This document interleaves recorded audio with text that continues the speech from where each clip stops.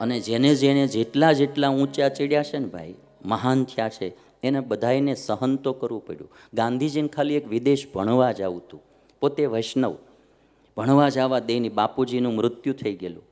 તો એક માવજી દવે હતા બ્રાહ્મણ, એ એમના બાપુજી સાથે હેત રાખતા, તો એણે આવીને કીધું કે છોકરાને ક્યાંક બહાર મોકલો તો સારું. તો ગાંધીજીના માં ના પાડે કે મેં એવું સાંભળ્યું છે કે છોકરાઓ વિદેશ જાય એટલે દારૂ પીતા થઈ જાય, માંસ ખાતા થઈ જાય અને વ્યભિચાર કરતા થઈ જાય. તો બટા આપણે ધર્મ લોપીને કાંઈ કરવું નથી. ગાંધીજી મહાન થયા ને એની પાછળ એક હાથ એની માતા પરમ ભક્ત વૈષ્ણવ હતી. ગાંધીજીની માં પરમ ભક્ત વૈષ્ણવ હતી. અને એના માના જે સંસ્કાર, એને કારણે ગાંધીજીમાં બહુ રૂડા સંસ્કારો આવ્યા. ગાંધીજીની માં કહે છે કે બેટા, મેં એવું સાંભળ્યું છે કે ત્યાં 3 વાના થાય વિદેશમાં, માટે આપણે વિદેશ નથી જવું. જો ઉન્નતિ આ લોકની કે પૈસો એ ભક્તને પ્રધાન ન હોય, પોતાનો ધર્મ ને પોતાના સંસ્કાર એ એને પ્રધાન હોય. આ ભક્ત હોય ને એનું ગણિત આખું નોખું હોય, એ આપણને સમજમાં જ ન આવે. હા, અમારે રૂપાભાઈ થઈ ગયા ભાવનગરમાં, ક્ષત્રિય ભક્ત રૂપાભાઈ. હવે એ ભાવનગરના રાજ દરબારમાં નોકરી કરે, અને એમાં એકવાર કોઈ પ્રસંગ હતો ને, પ્રસંગમાં કહુંબો ફરતો ફરતો આવ્યો અફીણ, અને રૂપાભાઈ આગળ ગયો. રૂપાભાઈ સ્વામિનારાયણ ભગવાનના ભગત, પોતે ક્ષત્રિય અને ખરેખરા ટેકીલા ભગત, ધર્મ નિયમ પૂરેપૂરા બધા પાળે, નીતિમત્તા એટલી રાખે, પ્રામાણિકપણે કામ કરે, પોતાના કામમાં દિલ દગડાઈ કોઈ દી ન કરે. એટલે આમ થોડું થોડું એનું માન સન્માન રાજમાં વધવા માંડ્યું. એટલે ભેગા રહેનારા આજુબાજુવાળાને ઈર્ષ્યા આવે, એ કોઈ પણ રીતે આને ફસાવા માંગે, પણ આ તો ભગત. હવે એમાં આ પ્રસંગે કહુંબો ફરતો ફરતો આવ્યો, તો રૂપાભાઈએ ના પાડી કે હું સ્વામિનારાયણનો ભગત, મારાથી કહુંબો ન પીવાય. તે 2-3 જણા હોય ને ઈર્ષ્યાળુ, એણે ભાવનગરના રાજાને કીધું, બાપુ તમારા હાથે આપો ને તો રૂપાભાઈ પાછો હાથ નહીં ઠેલે. અને બાપુ પોતે આવ્યા રાજા, અને કહે છે કે લો રૂપાભાઈ કહુંબો પીવો. તો કહે છે કહુંબો તો હું નહીં પીવું, મારા ભગવાનની આજ્ઞા છે, કહુંબો કોઈ વ્યસન ન કરવું. રાજા કહે છે કે રૂપાભાઈ મારો હાથ પાછું ઠેલવાનું પરિણામ શું આવશે ખબર છે તમને? રૂપાભાઈ કે હું જાણું છું કે મારી નોકરી જશે. તો પછી વિચારી લો, મારી નોકરી જાય તો મને મંજૂર છે, પણ મારા ભગવાનની આજ્ઞા મારાથી નહીં લોપાય. અને રૂપાભાઈને નોકરીમાંથી રજા દીધી. રૂપાભાઈ કહુંબો ન પીધો. ભક્તની વાત જ આખી નોખી છે ભાઈ, મારી ને તમારી તો સમજમાં જ ન આવે. આખી ઊંધી પડે, આપણી દિશા ઊંધી. આપણે જવું દખણમાં, ઓલા હાલે ઉત્તરમાં, એટલે આમ બેયને સેટિંગ જ ન આવે. રૂપાભાઈ નોકરી જાતી કરી, પણ કહુંબો ન પીધો. 6 મહિના વ્યતીત થયા, ભગવાનનું ભજન કરે. હા, જે મારા ભગવાને ધારી હશે એ થાય. 6 મહિના પછી રાણી સાહેબાને કાશીની યાત્રાએ જવું.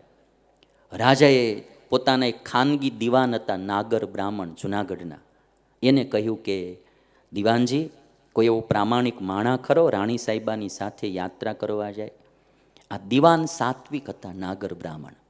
એમણે એમ કહ્યું કે મહારાજ, એવો માણસ તો એક સ્વામિનારાયણ ભગવાનનો ભગત રૂપોભાઈ છે, પણ એને તો તમે 6 મહિના થયા નોકરીમાંથી રજા દીધી છે. રાજા કે એવો પ્રામાણિક માણસ, એમાં કે ફેર પડે જ નહીં કોઈ બાબતમાં. કે તો જાઓ, કે 6 મહિનાનો એને પગાર આપી દો અને રૂપાભાઈને પાછા નોકરીમાં રાખી લો.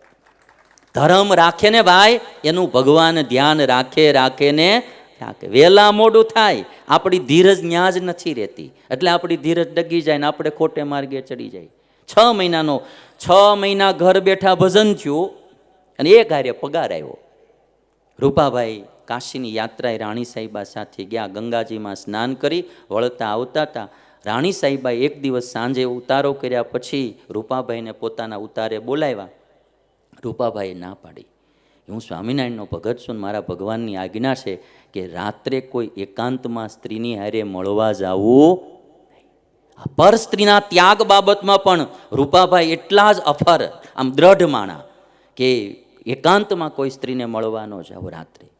એટલે કે હું અત્યારે નહીં આવું, સવારે આવીશ. હવે એ વાત રાણી સાહેબાને ન ગમી. એણે આવીને રાજાને વાત કરી કે આવો માણા મારી અરે મોકલો ને પછી મૂળ મુદ્દો ન કીધો હોય પણ બીજી ત્રીજી વાત એટલે વળી રૂપાભાઈને નોકરીમાંથી રજા દઈ દીધી. 1 વર્ષ રૂપાભાઈ નોકરી વિના ના રહ્યા.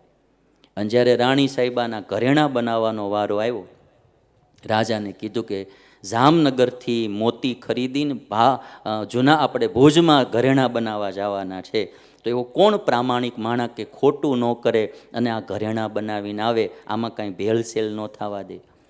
વળી ઓલા દીવાને નામ દીધું રૂપાભાઈનું. એવો માણસ તો રૂપોભાઈ છે.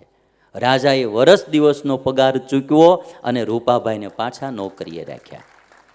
રૂપાભાઈ અભણ માણા કે છે કે હું જાઉં ખરો પણ મને ગણતા લખતા ન આવડે, 2 માણસ હારે મોકલો. રૂપાભાઈ જામનગર ગયા, ત્યાંથી મોતીને સોનું ખરીદ્યું. 2 ભેગા માણા હતા ને એણે એટલું કીધું કે રૂપાભાઈ, વારે વારે રાજા તમને નોકરીમાંથી રજા દઈ દે છે, આ વખતે ખરો લાગ છે.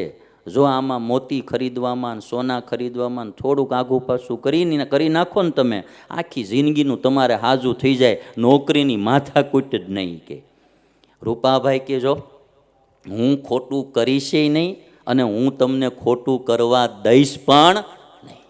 હું ખોટું કરીશ નહીં, કરવા દઈશ પણ નહીં. હા, અને પ્રામાણિકપણે બધું મોતી સોનું ખરીદ્યું, ભુજમાં ઘરેણાં બનાવ્યા અને એ ઘરેણાં લઈને ભુજ આવ્યા ભાવનગર. અને રાજાએ પોતાના સોનીઓ પાસે એ ઘરેણાંની તપાસ કરી તો કે આટલા મૂલ્યમાં, ઓછા મૂલ્યમાં આટલા સારા ઘરેણાં થાય નહીં, એ આ રૂપાભાઈને કારણે થયા છે કે.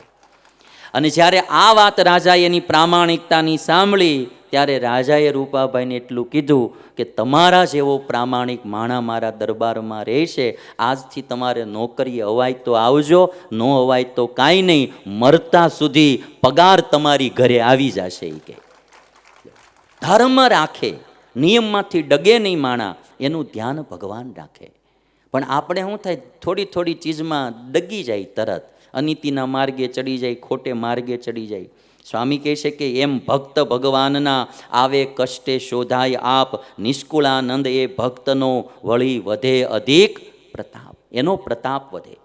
મુશ્કેલીમાંય પણ ક્યારેય ખોટે માર્ગે ન ચડવું, અંધશ્રદ્ધામાં ન જવું, પાપને માર્ગે ન જવું, ખોટા દંભ ડોળમાં ક્યાંય ન જવું, ભગવાનનો આશરો રાખો. આજ ભક્ત પ્રહલાદના આખ્યાનમાંથી એક વાત છેલ્લે કહું કે આપણે બધાય આમ કંઈ પણ થોડી મુશ્કેલી આવે છે ને તો ડગી જાય ને, એ ડગવું નહીં. મારી માટે હું ખાસ આ વાત કરું છું, તમારી માટે તો ખરી જ.